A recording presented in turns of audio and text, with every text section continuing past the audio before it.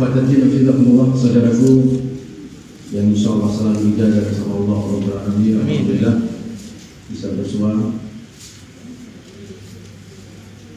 Ini saya diminta untuk menjelaskan tentang tausiah Abi Kiai Haji Abdul Muhyin.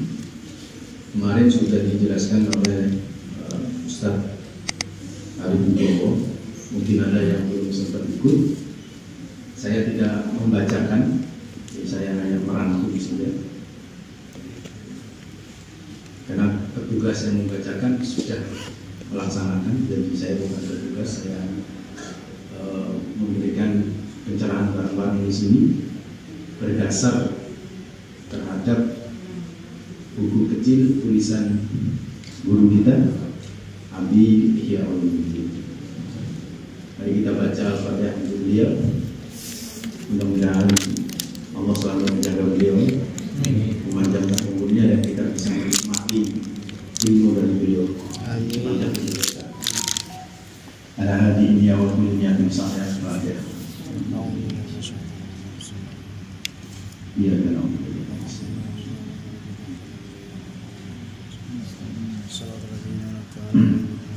Ada ayat yang beliau sampaikan ya di tulisan itu. Ada ayat yang beliau sampaikan di tulisan itu surat An-Nisa ayat 19 ya, itu bisa dicek. Surat An-Nisa ayat 19 ini tentang keluarga. Ya ayyuhalladzina amanu la yahillu lakum an tarisun nisaa karha wa la ta'dhuluhunna litadhhabu bi ba'di ma ataytumuhunna illa ayyatina bi fahishatin mubayyinah. Baru kemudian wa'ashiruhunna bil ma'ruf fa in karihtumuhunna fa 'asa an takrahu syai'an wa yaj'alallaha fihi khairan katsiran.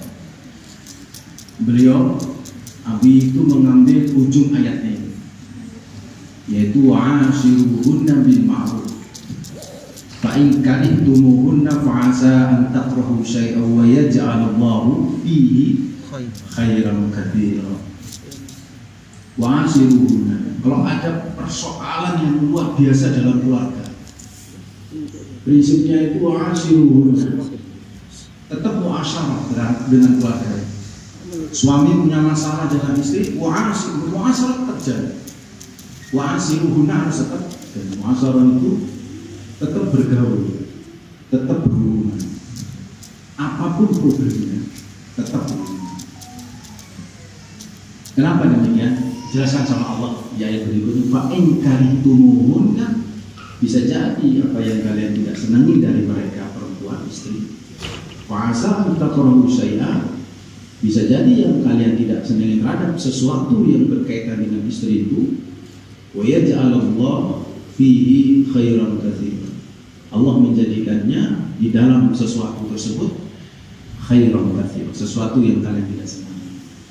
Jadi saudara ikhwati nafidakumullah, ayat ini semisal dengan Al-Baqarah 219. Jadi hanya ada dua ayat model kayak begini dengan diksi ayat ini di dalam Al-Quran. Pertama An-Nisa ayat berapa tadi? 19. Yang kedua adalah surat Al-Baqarah ayat 216. Di surat Al-Baqarah 216 ini kutiba 'alaikumul qitalu wa huwa kurhun lakum wa 'asa an takrahu syai'an wa huwa khairul lakum wa 'asa an tuhibbu syai'an wa huwa syarrun lakum wallahu ya'lamu wa antum la ta'lamun. Kalau di Al-Baqarah ayat 216 ini bicara tentang perang. Kalau di An-Nisa ayat 19 itu bicara tentang keluarga. Sehingga guru kita di tulisan beliau itu menafsirkan kata-kata syai'an yang memang nakirah itu sifatnya umum, tidak hanya pada konteks keluarga, persoalan-persoalan yang menimpa keluarga, tidak hanya pada konteks persoalan yang menyangkut politik peperangan, tapi semua konteks yang kadang-kadang kita tidak senang, Ustaz, bisa jadi itu ada kebaikan di dalam sesuatu yang kita tidak senang. Asal anta takrahu syai'an wa huwa khairun lakum, kalau di Al-Baqarah 216. Kalau di sini asal anta takrahu syai'an wa yaj'alullahu fihi khairan katsiran. Bisa jadi yang kamu tidak senangin itu terhadap sesuatu ada hal yang luar biasa, khairun katsirun, kebaikan yang katsirun, kebaikan yang banyak. Dalam urusan keluarga, siapa yang nggak ada masalah? Pasti ada masalah. Selama masih hidup di dunia, pasti ada masalah. Apalagi urusan keluarga. Ada yang kita tidak senangi dari perilaku istri, ada juga seorang istri yang tidak senang terhadap perilaku suami. Banyak persoalan itu, banyak sekali. Tetapi persoalan keluarga ini jangan dilihat hitam putih. Makanya ada kata-kata yang tadi sebelumnya, apa? Wa'ashiruhunna bil ma'ruf. Di kata-kata ma'ruf ini ada ulama yang menafsirkan kalau bahasa kita itu TST gitu. TST itu apa? Tahu sama tahu gitu. Itu TST. Tahu sama tahu. Ma'ruf. Jadi kita berhasil bisa menerapkan asa antakrahu syai'an. Kita berhasil atau mampu bisa menerapkan, bisa jadi apa yang kau anggap itu buruk di sisi Allah ada kebaikan yang banyak, atau bisa jadi di sisi Allah ada sesuatu yang kita senangi malah baik untuk kita misalnya. Itu bisa kita kesana punya pribadi kayak begitu, selalu berpikir positif, bahasanya psikologi begitu. Selalu berpikir positif. Itu kalau sejak awal kita ini berprinsip dalam urusan keluarga itu ma'rufan. Kenapa kok wa'asiruhunna kok gak bil haq, wa'asiruhunna bil adl, tapi wa'asiruhunna bil ma'ruf. Kalau wa'asiruhunna bil haq itu hitam putih. Urusan keluarga hitam putih Pak, kacau. Urusan keluarga itu neka merah, kuning, neka putih, hitam misalnya. Terus saklek itu bil haq, saklek. Benar. Kalau urusan hukum bil haq, urusan peradilan bil adl, itu dalam Al-Qur'an kan. Urusan perdagangan itu bil qisti, itu ada sendiri itu konteksnya itu. Tapi urusan keluarga bil ma'ruf. Urusan keluarga itu nggak usah otak-otak ini senhak, nggak usah. Urusan keluarga itu bil ma'ruf. Contoh ibu Pak, ma'ruf ini begini, itu ma'ruf logikanya. Anda naik motor di jalur kiri kan, benar nggak naik motor jalur kiri? Benar. Tiba-tiba dari arah yang berlawanan ada bus masuk ke jalur kita, mau nyalip, masuk ke jalur kita. Kita sudah jalur benar, bus salah kan? Kalau kita menggunakan istilah bil haq, mati nggak? Habis gitu. Udah maklum saja, maklum, tahu sama tahu, long gendeng kan begitu kan? Dan minggir seren, balik lagi seperti itu dalam urusan keluarga. Supaya asa antakrahu syai'an wa yaj'alullahu fihi khairan katsiran itu terwujud. Kita melihat sesuatu yang nggak bagus dalam keluarga itu, kemudian kita sabar misalnya, itu bisa terwujud khairan katsiran. Itu salah satunya dengan ma'ruf tadi itu. Suami yang termototan, nggak bujuk belonjoan. Istri juga jangan terlalu banyak bertanya, suami kok pulangnya malam terus. Ma'ruf saja lah, yang penting suami tetap utuh, kan begitu. Yang penting kita tahu suami itu udah dari ngaji ke sana kemari, udah jelas. Ustaz-ustaz di sini kan habis guru di sini, habis ngajar di sini, mungkin ngajar di tempat lain gitu. Itu kan sudah jelas. Kita ma'ruf saja. Kalau kita sudah bisa ma'ruf begitu, asa antakrahu syai'an wa yaj'alullahu fihi khairan katsiran, itu bisa terwujud, bisa kita aplikasikan bahwa memang setiap kita ada problem, setiap kita ada masalah, itu pasti ada khairan katsiran. Ada sesuatu yang luar biasa baik gitu dalam kehidupan kita. Makanya saudaraku, ada sebuah kisah ya. Fatimah Az-Zahra Al-Batul itu kan pernah memintal benang. Diongkosin 6 dirham. Suatu saat Imam Ali radhiyallahu anhu. Suatu saat Imam Ali datang dalam kondisi lapar. Ditanya, istriku adakah makanan yang bisa saya? Nggak ada. Ini saya baru dapat 6 dirham. Saya belum beli apa. Saya baru dapat. Udah maklum kan? Nggak usah ngamuk-ngamuk gitu. Ya sudah. 6 dirham saya belikan ya, saya cari roti. Dia ambil 6 dirham, beli roti. Di tengah jalan ada orang minta, dan dia tak makan berhari-hari. Sama Sayyidina Ali, 6 dirham diberikan semua. 6 dirham diberikan. Pulang lagi, ditanya sama Fatimah Al-Batul, mana roti? Diceritakan kisah. Fatimah juga, Sayyidah Fatimah, maaf. Dia tahu memang watak Imam Ali kayak begitu, dan hal kayak begitu adalah hal yang mulia. Malu. Ya sudah, tidak apa-apa, nanti mungkin ada lagi. Terus kita makan apa? Ya sudah, saya mau cari lagi. Dia gerak lagi. Jadi Ali gerak lagi keluar. Tiba-tiba ketemu dengan orang tua yang lagi bawa onta. Terus tiba-tiba panggil dari Ali. Ya rajul, bisakah kau beli onta ini? Bisa kau beli onta ini? Ya, saya nggak punya duit. Udah, hutang saja nggak apa-apa. Nanti kalau you punya duit, baru you bayar. Saya nggak mau berhutang. Karena para sahabat kan sangat anti hutang. Tidak apa-apa, saya bebas. Dan saya nggak mau nuntun ini onta. Beli saja. Hutang. Nanti kalau kamu punya duit, kau boleh bayar. Kata si orang tua kepada Imam Ali. Saya nggak mau hutang. Tidak apa-apa, beli itu. Saya nggak mau bawa hutang. Aku udah tua, tolonglah. Kata-kata aku udah tolong lagi, akhirnya saya dinali, Bang. Ya sudah ya, saya nggak terbebani hutang, jadi tolong jangan ditagih. Saya kalau ada saya akan kasih. Berapa kau jual? 100 dirham. Onta ini dijual.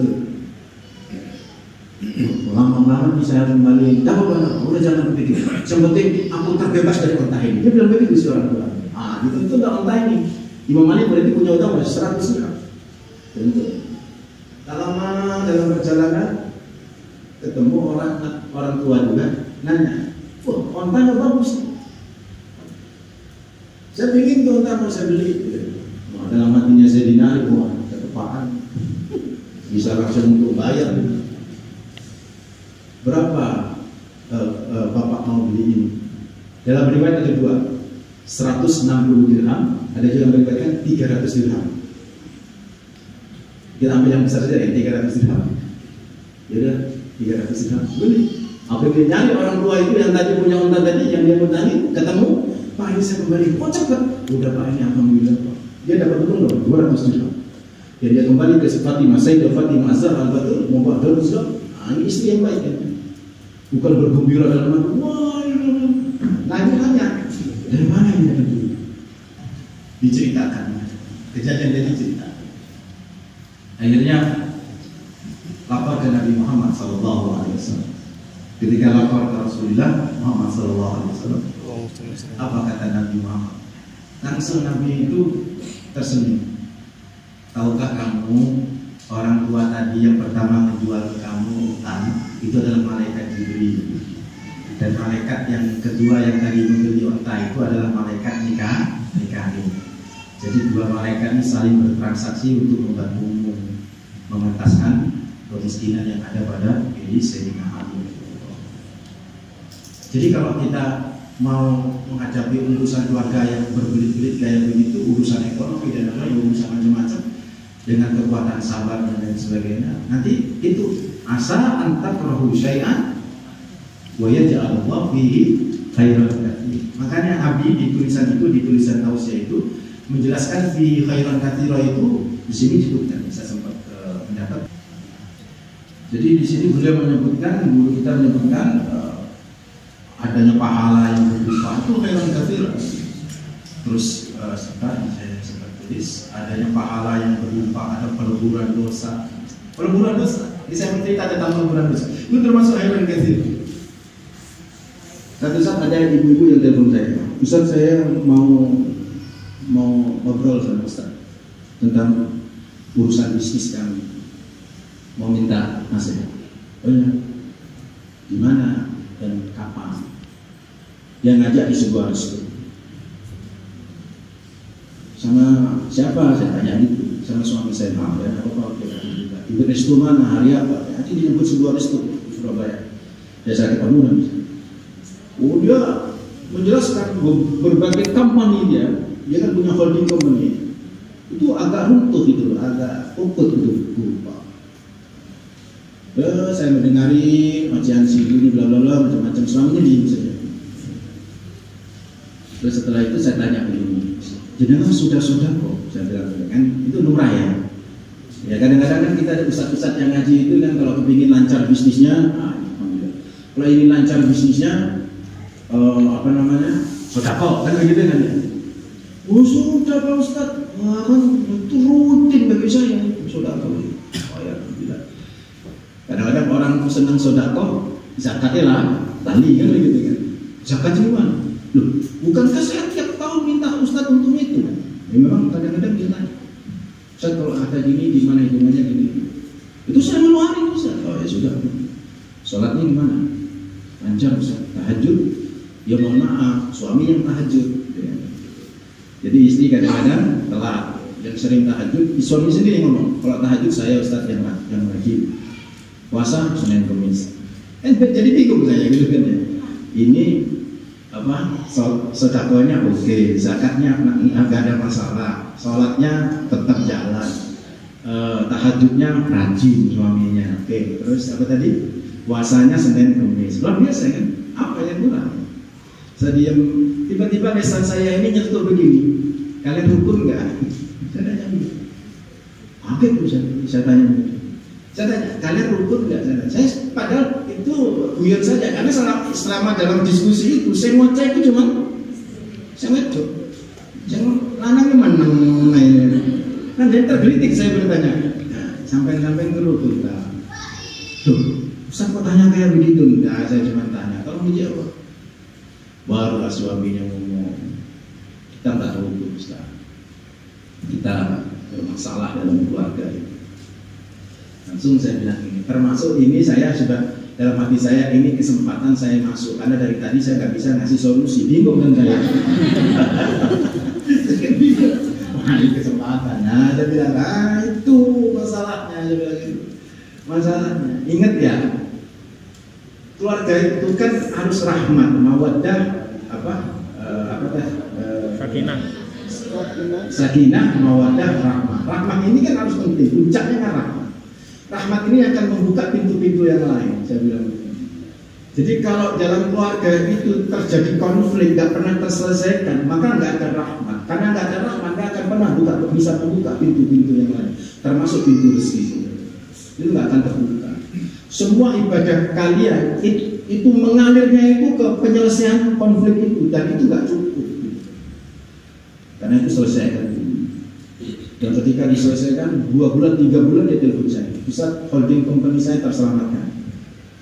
Jadi beberapa, meskipun tidak langsung terangkat gitu kan, tapi ada satu holding yang dia harapkan itu selamat, sehat, usaha. Nah, udah sampai sekarang pun tahu. Jadi saudara berakhwat dan Allah, dosa itu bisa jadi menghijab, saya bilang itu pas waktu. Dosa kalian berdua bertengkar, apalagi dia cerita sampai bertengkar di hadapan anak-anak, itu bisa menghijab sebenarnya. Itu bisa menghijab rahmat yang lain itu turun di dalam keluarga kalian. Nah dosa-dosa ini yang harus dilebur. Di antara cara melebur dosa adalah kekuatan sabar. Ketika kita mendapatkan masalah, kita harus yakin bahwa di balik masalah itu, di balik musibah ini, sebagaimana judul buku guru kita ini, kita pasti banyak kebaikan yang luar biasa. Kalau kita bisa melakukan itu, insya Allah. Itu saudaraku. Jadi khairon kasirah itu adalah peleburan dosa, kematangan jiwa karena sering teruji, itu termasuk khairon kasirah. Orang kalau kualitasnya itu nggak pernah diuji itu kalau ada masalah itu habis. Maka ada yang bertanya sama saya, kenapa itu Allah menskenario Adam itu turun ke bumi? Saya jawab sederhana saja Pak. Justru Allah ingin Adam itu berkualitas. Kalau masih ada di atas di surga pada waktu itu kualitasnya nggak akan teruji. Nah terujinya itu ketika di dunia dengan digoda oleh iblis. Maka siapa saja yang berhasil melampaui ujian-ujian dengan kuat menghadapi setan, itulah manusia-manusia yang berkualitas. Termasuk ujian-ujian dalam keluarga. derajat tinggi di khairan katsira itu derajat tambah tinggi. Lalu Imam Tirmidzi disebutkan di akhirat itu ada orang yang derajatnya itu tinggi banget itu. Sampai yang di bawah itu nggak begini. Siapa itu ya Rob? Itu temanmu yang dulu terkena banyak musibah. Kaget dia. Oh, dia itu yang tiap hari kena musibah. Ada yang ngomong, ya Rob, saya ini nggak pernah kau kasih musibah. Sehingga saya berada di bawah dia. Andai saya tahu bahwa kalau kau kasih musibah itu mengangkat derajat sampai setinggi itu, aku kepingin lebih dari dapat musibah. Mau begitu?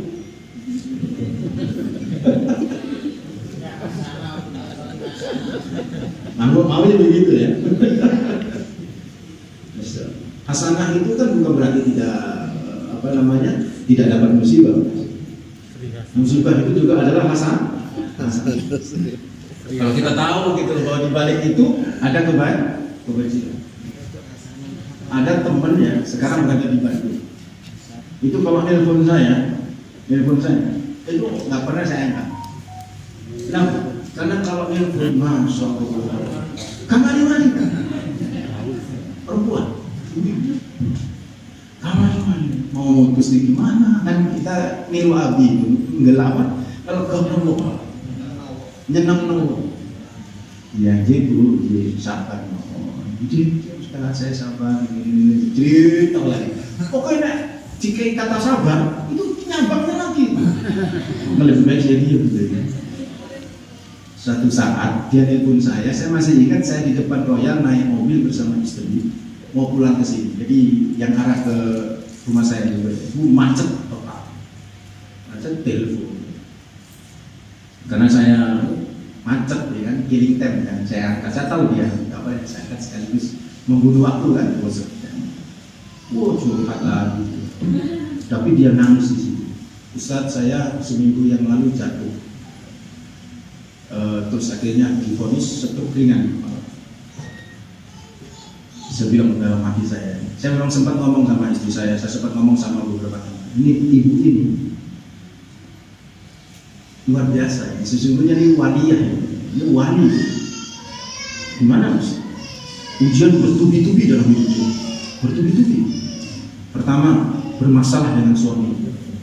Pertama kali buta. Jadi glukoma kayak di glukoma buta. Setelah buta bermasalah dengan suami. Setelah bermasalah dengan suaminya, semua perusahaannya itu mulai tukut. Setelah perusahaan tukut, tiba-tiba anaknya kena penyakit aneh. Jadi tulang punggungnya itu bengkok begini. Dan itu membutuhkan duit luar biasa besar. Setelah anak yang itu kena lagi anak laki-laki, urusan tulang juga mahal. Akhirnya dia jatuh tadi itu, akhirnya dia telepon saya seminggu setelah dia jatuh. Kenapa saya diuji sejujurnya? Saya cuma sederhana saja. Allah lagi senang sama jenengan. Kayak ini loh Bunda, kalau misalnya seorang ibu lagi memesin anaknya itu kan ditimang-timang, dicubit-cubit, lorong kabeh yang hari-hari ini dulu. Tapi itu kan bentuk cinta itu. Anda lagi dicubit sama Allah, Anda lagi ditimang-timang sama Allah, sehingga ketika dilempar-lempar itu Anda merasa ketakutan, tapi sesungguhnya itu bentuk kasih sayang Allah kepada Anda. Langsung dia ngomong begini, benar Ustaz. Sehari sebelum saya telepon Ustaz, tiba-tiba ada yang telepon saya. Yang telepon saya ini seorang teman saya SMA yang gak pernah berhubungan berpuluh-puluh tahun, tiba-tiba telepon. Tiba-tiba telepon nanya kabar. So, saya cuma bilang saya lagi sakit, tolong doanya. Begitu aja. Tak bantu ya mbak yang kok tak kirim duit. Terus nggak usah, nggak apa-apa mbak. Gak nyebut angka. Ketika di SMS, tolong dicek rekening kita. Dicek berapa? 100 juta. Tidak pernah bertemu puluhan tahun. Sekali telepon sudah kirim 100 juta. Saya tanya, siapa yang menggerakkan hati teman jenengan? Kalau bukan Allah. Karena kesabaran itu saudara khawatir ajak dua orang ini. Makanya di akhirat ini dalam riwayat Imam At-Tirmidzi, Orang akan berkata nanti di akhirat, andai saya tahu ujian sedemikian rupa di dunia itu mengangkat derajat sedemikian tinggi di akhirat, sungguh saya nerima. Tapi orang-orang kan nggak mau. Ada hadis yang menguatkan dari Abu Dawud, perhatikan di sini, ibu-ibu. Innal abda idza sabaqat lahu min Allahi manzilatan falam yablugha ibtilahu Allah Ta'ala fi jasadihi aw fi malihi aw fi waladihi. Sesungguhnya apabila seorang hamba ingin mendapatkan kedudukan tinggi di sisi Allah sementara tidak sampai-sampai, nggak nyampe-nyampe, tapi ini jadi wali nggak nyampe-nyampe, misalnya, bisa, ingin derajat tinggi di sisi Allah nggak nyampe-nyampe, maka kalau Allah sayang sama dia, Allah akan menimpakan musibah pada fi jasadi, pada badannya, au fi mali, pada hartanya, au fi waladi, pada anaknya. Jadi kalau anak-anak lorong-lorong itu mengangkat derajat kita. Kalau harta kita selalu banyak berkurang, itu nanti akan meningkatkan derajat kita di sisi Allah. Kalau kita sakit juga akan meningkatkan derajat kita di sisi Allah. Itu saudaraku yang dimaksud guru saya bahwa khairan katsiran, disebut derajat itu begitu tinggi adalah apa? Banyak kebajikan yang kita dapat karena diantaranya adalah derajat yang tinggi di sisi Allah Rabbul Alamin. Nah, kuncinya di mana untuk bisa meraih khairan katsiran itu? Sabar. Kata kunci cuma sabar. Sabar itu 3 level ya. Ringkas saja saya, nggak lama-lama. Sabar itu ada 3 level. Level pertama standar. Level kedua medium. Level ketiga excellent. Sampai yang level mana? Sabar ini. Atau pra-standar. Apa yang pertama tadi? Standar. Untuk bisa meraih khairan katsira, ya apa tadi? Ya ja'allahu wa yaj'alullahu fihi khairan katsira. Supaya kita dengan persoalan itu kita bisa mendapatkan apa khairan katsira, lewatnya apa? Itu apa? Sabar. Apakah kita sudah bersabar nih? Persoalannya begitu. Nah, sabar itu ada 3 level supaya kita tahu kita berada di posisi mana. 1 standar, 2 medium, 3 apa? Excellent. Saya ringkas saja. Next nanti akan saya bahas tentang konsep sabar ini secara detail ya. Sabar standar itu sabar sabar nahan, sabar ngempet. Jadi sampai bisa ngempet itu sudah sabar standar. Sampai emosi diempet minimal itu sabar minimalis, empet kan. Sampai delok tonggo sebelah gak karu-karuan, empet kan. Itu sudah sabar minimalis. Delok kanca kok yo gak sopan, empet kan. Itu minimalis itu. Sabar minimal. Sabar. Kenapa? Sekali Anda meluarkan dengan kata-kata itu sudah tidak sabar. Empat kan? Itu yang dimaksud di surat Al-Imran ayat 133 ya. Wal kadzibina ghaib. Jadi kadbul ghaib, menahan murka, menahan marah. Menahan.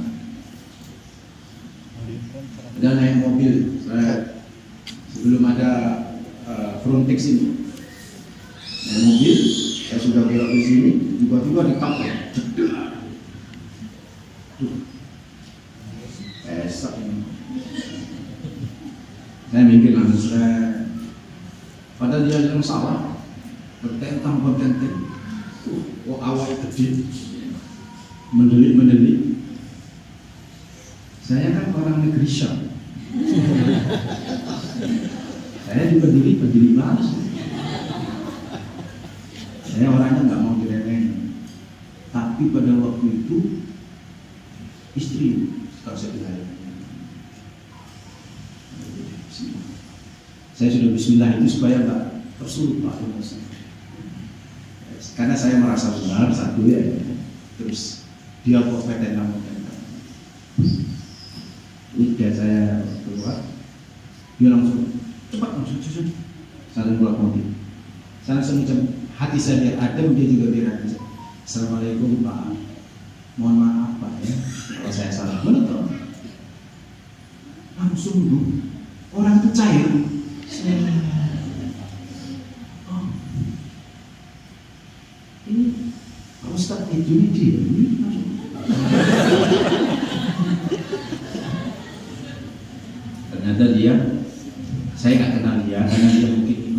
saya tak tahu gimana ya. Maaf Pak Ustaz, Mas Abi saya itu mau niat marahin Pak Ustaz. Maaf Pak Ustaz. Oh tidak, saya juga niat juga mau marahin Anda. Ya ini sahabat saya sahabat. Nah, Pak Ustaz ada apa? Assurance mobilnya? Enggak ada. Saya nanti punya Ustaz. Karena saya lihat mobilnya itu penyok lagi. Seperti aku nggak ganti menaik. Apa bedanya? Apa Ustaz? Nah itu. Jadi kesabaran itu nampak. Saya pas waktu haji tahun 2004 naik bus. Itu tiba-tiba orang dadak. Kebetulan yang nyopir bus itu orang Bangladesh. Orang dadak. Wah kita kejenuhan. Habis orang begitu dadak itu tiba-tiba sopirnya ngomong begini. Oh sudah Muhammad. Oh sudah Muhammad. Sampai rutin nangis jobol. Oh sudah Muhammad. Oh sudah. Nah, ternyata ngamuk. Ngamuk dari sopir liar ini. Sudah mati saya. Hebatnya orang. Ngamuk yang pakai selangkuk. Tak dong. Saya punya materi kan. Boleh tidak diempat. Akhirnya ini saya. Materi saya soalnya harus diempat kan. Boleh tidak diempat asal keluar kata-kata yang thayyibah, yang baik. Jadi dia ngomong, "Wah, muslihat Muhammad, wah muslihat Muhammad." Misalnya ya, ustazah ini sama suami kata ani mau nikah lagi. Kok sama? Saya ganteng nih mas. Bahasa positif gitu. Jangan bahasa negatif. Jadi boleh kita tidak ngempet tapi keluar kata-kata yang baik. Maka orang Arab yang ngambek kan Allah yahdik. Ya waladi Allah yahdik ya waladi. Ya waladi Allah yahdik ya waladi. Bahasa lain juga itu Allah mudah-mudahan kamu dilimpahkan Allah. Kan beda dengan kita. Setan menayang setan. Ada yang cerdas. Loh, pelaku setan mana siapa? Setan. Makanya kata guru kita ya, al-bala di sini ya kalau nggak salah ya, ada tuh ya, al-bala muwakkalun bil mantiqi. Al-bala muwakkalun bil mantiqi. Bala itu sangat terkait dengan omongan kita. Sangat terkait. Ini benar apa tidak yang kasus ada di ceritanya di medsos itu populer. Yang kasus ada seorang ibu yang menyiapkan makanan karena ada kedatangan tamu ya. Di Mekah ini kejadiannya. Terus anaknya masuk karena makanan di Arab itu kan lesehan. Udah tertata rapi itu. Ada yang metu manen joko pasir ditaburi pasir itu makan. Itu si ibu ini bilang begini. Ya waladi Allah yahdik. Mana yang Allah yahdik? Gimana usaha dia masak ditaburi pasir? Idhab ila Masjidil Haram. Masuk itu ya. Pergi main-main ke Masjidil Haram. Jadi imam aja di sana. Oh, jadi imam benar ada kita. Katanya sih sudah. Cuman setelah saya tahu ibu saya sudah, kadang-kadang saya nggak cerita banyak. Cuman itu yang ingin kita contoh adalah semarak apapun jangan sampai keluar kata-kata buruk. Karena kata-kata itulah yang akan terwujud nanti dalam kenyataan. Itu sabar apa tadi? Yang sampai ditampai lewat apa ya? Makanya kata guru kita ya, minimal kaul, omongan itu inna lillahi wa inna ilaihi raji'un. Ya. Kan itu penting ngomong itu bagus. Please, halo, ya halo. Ini Bu Berti, ya saya Berti. Bu mohon maaf, ibu sampai meninggal dunia. Hah? Oh bisa? Baru semaput. Setelah semaput, si Jono tidak. Baru ngomong apa? Inna lillahi wa inna ilaihi. Itu sabar kan? Tidak. Jadi sabar itu di samping ngempet, kalau terucap kata-kata itu langsung positif. Jangan terucap kata-kata positifnya itu setelah marah-marah. Kalau setelah marah-marah tidak masuk kategori sabar yang standar. Sabar standar itu di awalnya itu sudah benar-benar bisa nahan. Itu sabar standar. Itu yang dimaksud oleh Rasulullah. Innamas sabru 'inda as-sadamatil ula. Sabar itu pada tatapan pertama. Jadi panjang kan? Nanti kita lanjut minggu depan saja. Mari kita coba lihat saudaraku kembali ke materi ini.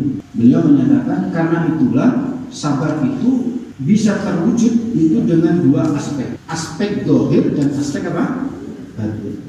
Tetap ada dohir itu ikhtiar, dan batin juga adalah kekuatan doa. Itu saudara kekuatan dulu. Sehingga aspek batin itu tawakal, berdoa, husnudzon, nggak boleh seudon, itu aspek batin gitu. Aspek dohir itu apa? Ikhtiar. Ikhtiar itu kalau COVID-19 ya pakai masker. Jadi kalau nanti dikasih balap sama Allah sudah pantas gitu. Kenapa? Kalau Anda kan guru ya, guru itu harus ngasih contoh. Dan bukan karena memakai masker itu bukan karena supaya dilihat orang, supaya saya ikuti protokol, jangan. Tapi karena ini ikhtiar dari atas perintah siapa? Allah. Ini abdi ini sudah jelas. Anda baca sendiri.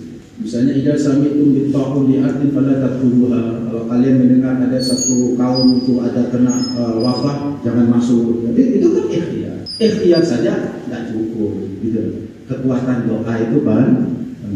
Husnudzon itu penting. Zikir itu penting. Kalau sabar itu perpaduan dari keduanya. Aspek batin jalan, aspek lahir oke. Kalau pun kita akhirnya kena, itu berpahala. Kenanya itu derajat kita tinggi. Khairan kathironnya itu kena, dapat. Tapi kalau kita kena terus kemudian tidak berdasarkan kesabaran, maka khairan kathironnya nggak dapat. Kena dapat berhasil tapi mulai dari orang-orang berhasil sukses. Kalau tak dapat nggak berkah. Begitu tuh. Kalau kita petentang tidak mengikuti protokol kesehatan, kalau kita sehat beneran, itu tak dapat khairan katsir. Karena apa? Sebab membuat nyaman orang lain. Bukankah menyenangkan uang itu kan juga bagian daripada ibadah? Wallahu a'lam. Mudah-mudahan bermanfaat.